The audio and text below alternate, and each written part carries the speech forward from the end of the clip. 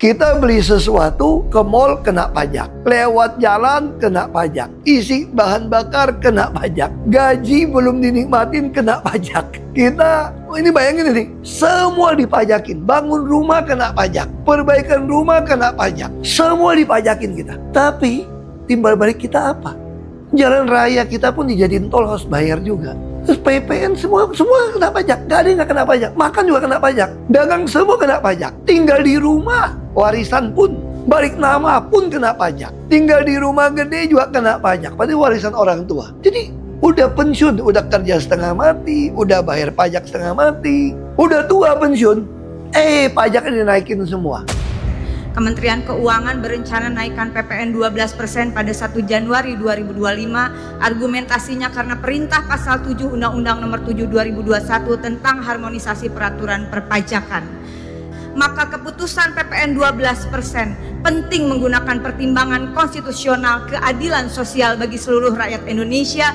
Dengan segala hormat, mari kita baca dan hayati pula pasal 7 ayat 3. Tarif pajak pertambahan nilai sebagaimana dimaksud pada ayat 1 dapat diubah bukan hanya paling tinggi 15%, tapi bisa juga diubah paling rendah 5%. Disampaikan juga bahwa keputusan naik tidaknya harus mempertimbangkan perkembangan ekonomi dan moneter serta perkembangan harga kebutuhan pokok setiap tahunnya.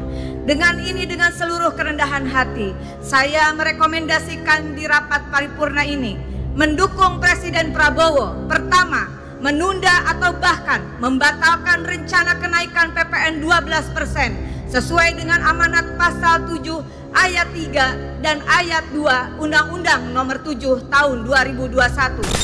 Baku hantam dan saling serang Gerindra di Skakmat PDI Perjuangan.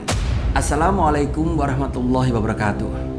Kemelut dan saling menyalahkan atas wacana kenaikan PPN 12% yang akan digulirkan oleh Prabowo pada Januari ke depan saat ini menjadi polemik antara dua kubu, yaitu Partai Gerindra dengan PDI Perjuangan. Di sini, para kader Gerindra menyebut bahwa kenaikan PPN menjadi 12% merupakan inisiatif dari PDI Perjuangan, yaitu pada tahun 2021. Dan saat ini, PDIP pun dianggap seolah lempar batu sembunyi tangan.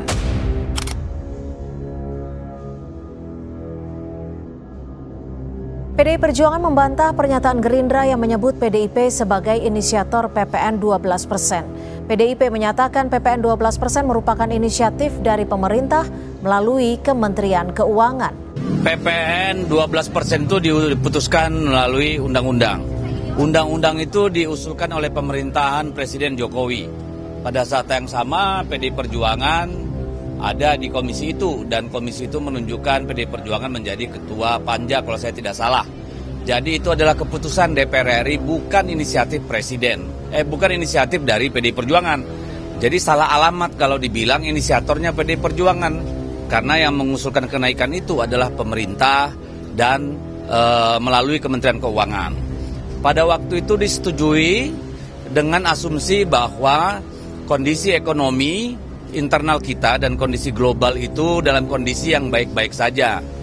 Tetapi kan ada permintaan dari sebagian fraksi di DPR agar ini dipertimbangkan. Pemerintahan Prabowo ini dihadapkan dengan situasi yang harus melaksanakan Undang-Undang Nomor 7 Tahun 2021, yaitu tentang harmonisasi peraturan perpajakan atau HPP, yang menjadi dasar dari kenaikan PPN 12% tersebut. Bahkan di sini, Andri Rosiade yang juga sekretaris fraksi Gerindra pun bilang, pemerintahan Prabowo tidak bisa dengan serta-merta memotong tarif PPN karena APBN untuk tahun anggaran 2025 telah disepakati pemerintah dan DPR, yaitu untuk periode 2019 hingga 2024. Kalau masyarakat ingin tahu kenapa PPN naik, tanya Dolvi PDI Perjuangan. Siapa Dolvi? Dia adalah panitia kerja Undang-Undang HPP tahun 2021 lalu yang menjadi dasar kenaikan PPN 12%. Dia dan PDIP adalah motornya kenaikan PPN 12%. Jadi sekali lagi saya katakan, PDIP jangan lempar batu sembunyi tangan, ujar Andri kala itu. Di sini kader Gerindra ini menyebut bahwa pemerintahan Prabowo sebenarnya telah berupaya untuk tetap menjalankan undang-undang tersebut. Namun dengan memahami kondisi masyarakat yang saat ini sedang sulit. Jadi permintaan Prabowo ini sudah berupaya untuk meringankan beban masyarakat dari penerapan undang-undang yang dimotori PDI Perjuangan. Jadi PDIP, khususnya Dolvi sebagai Ketua Panja Undang-Undang HPP, jangan memprovokasi masyarakat. Anda Dolvi adalah motor kenaikan PPN 12% ini, yang juga Wakil Ketua Komisi 6 DPR. Dilansir dari Detik News, serangan Gerindra untuk memojokkan PDI Perjuangan tersebut kemudian ditanggapi oleh para kader-kader senior di PDI Perjuangan. Dolvi Othniel Frederick Pellit mengungkapkan bahwa pengesahan Undang-Undang Nomor 7 Tahun 2021 tentang harmonisasi peraturan perpajakan atau HPP yang menjadi dasar kenaikan PPN 12% saat ini adalah merupakan inisiatif dari Jokowi, yaitu melalui Sri Mulyani di Kementerian Keuangan. Undang-Undang HPP merupakan undang-undang inisiatif pemerintahan Jokowi yang disampaikan ke DPR pada tanggal 5 Mei 2021. Seluruh fraksi setuju untuk melakukan pembahasan atas usul inisiatif pemerintah atas RUU HPP, kata Dolvi, sekaligus Ketua Panja RUU tersebut kepada wartawan pada Minggu 22 Desember 2024. Di sini pun Dolvi menjelaskan, saat itu sebanyak 8 fraksi di DPR RI kecuali PKS yang secara terang-terangan menyetujui RUU HPP, yaitu untuk menjadi undang-undang. Dirinya pun mengatakan RUU HPP tersebut diketok pada 7 Oktober 2021. Seluruh fraksi setuju untuk melakukan pembahasan atas usul inisiatif pemerintah atas RUU HPP. Selanjutnya RUU HPP dibahas bersama antara pemerintah dan DPR RI Komisi 11. Disahkan dalam paripurna tanggal 7 Oktober 2021. Di sana ada 8 fraksi, fraksi PDIP, Golkar, Partai Gerindra, Nasdem, PKB, Partai Demokrat, PAN dan P3. Semuanya menyetujui undang-undang HPP tersebut kecuali fraksi PKS, kata Dolvi melanjutkan. Dolvi pun juga mengatakan bahwa sebenarnya berdasarkan undang-undang tersebut juga Prabowo selaku presiden dapat mengusulkan kenaikan ataupun penurunan tarif PPN tersebut, yaitu dengan rentang perubahan di angka 5 hingga 12%. Dolvi pun menjelaskan ketentuan ini sudah tertuang yaitu pada Undang-Undang Nomor 7 Tahun 2021 tentang harmonisasi peraturan perpajakan atau HPP, yaitu pasal 7 ayat 3 pada bab 4, bahwa PPN rentang perubahan tarif tersebut berada di angka 5 hingga 15%.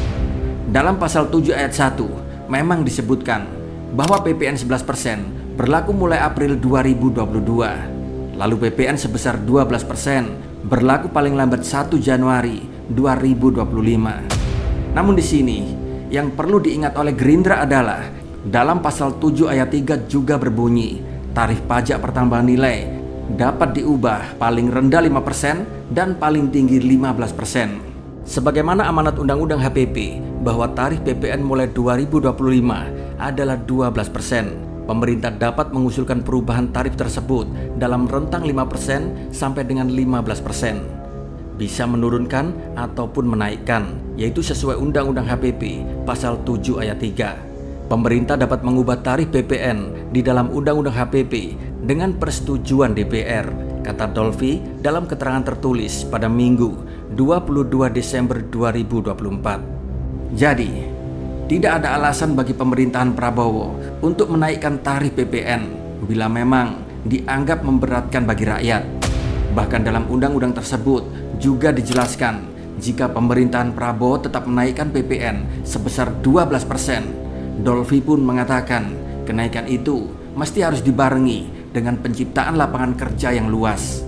Apabila pemerintahan Presiden Prabowo tetap menggunakan tarif PPN 12%, maka hal-hal yang harus menjadi perhatian adalah kinerja ekonomi nasional yang semakin membaik, pertumbuhan ekonomi berkualitas, penciptaan lapangan kerja, penghasilan masyarakat meningkat, pelayanan publik yang juga semakin baik, ucapnya melanjutkan. Jadi di sini indikasinya, penerapan undang-undang tersebut hanya diambil dari kenaikan PPN-nya saja, tanpa mempertimbangkan aspek-aspek yang lain. Di sini, seolah Dolvi menjelaskan bahwa dalam undang-undang tersebut, apabila pemerintahan Presiden Prabowo telah menggunakan tarif PPN 12%, maka di sini ada syarat yang harus dipenuhi, yaitu meningkatkan serta menciptakan lapangan pekerjaan yang seluas-luasnya. Syarat ini menjadi catatan sebelum diterbitkannya undang-undang. Kinerja ekonomi nasional yang semakin membaik, pertumbuhan ekonomi yang berkualitas, penciptaan lapangan kerja, penghasilan masyarakat yang meningkat, pelayanan publik yang juga harus makin baik. Dan dalam undang-undang tersebut, sepertinya dijelaskan, Prabowo pun punya hak dan bisa mengusulkan untuk mengubah kenaikan atau menurunkan tarif PPN itu sendiri dengan rentang perubahan di angka 5 hingga 12%. Jadi dalam Undang-Undang HPP tahun 2021 ini, Prabowo pun bisa menurunkan pajak PPN menjadi 5% bila memang Prabowo mau dan niat. Dan sebagai catatan, undang-undang ini pun sudah diteken oleh 8 fraksi di DPR, yaitu fraksi PDI Perjuangan, Golkar, Gerindra, Nasdem, PKB, Demokrat, P3 serta PAN. Dan hanya PKS lah yang tidak setuju atas undang-undang tersebut. Jadi nih, bagaimana menurut kalian? Siapa yang pantas disalahkan atas wacana PPN 12% ini? Kalau Prabowo sih jelas tidak bersalah karena negara sedang dalam kondisi yang pailit. Meskipun menurut undang-undang yang membahas naiknya PPN ini, Prabowo pun juga bisa mengajukan usul perubahan tarif PPN dari 12% menjadi 5% seperti yang dijelaskan dalam undang-undang tersebut. Tapi tentu saja ini malah akan menjadi buah si malakama karena jelas-jelas pemerintahannya saat ini sedang defisit anggaran, apalagi ditambah gendutnya kabinet kementerian dalam pemerintahan Prabowo. Bagaimana menurut kalian? Lalu siapa yang salah dalam hal ini? Jokowi sebagai pengusul undang-undang, 8 partai yang teken undang-undang, atau Prabowo yang jelas-jelas bisa menolak atau menerima besaran tarif PPN ini? Tulis ya jawaban kalian di kolom komentar. Wassalamualaikum warahmatullahi wabarakatuh.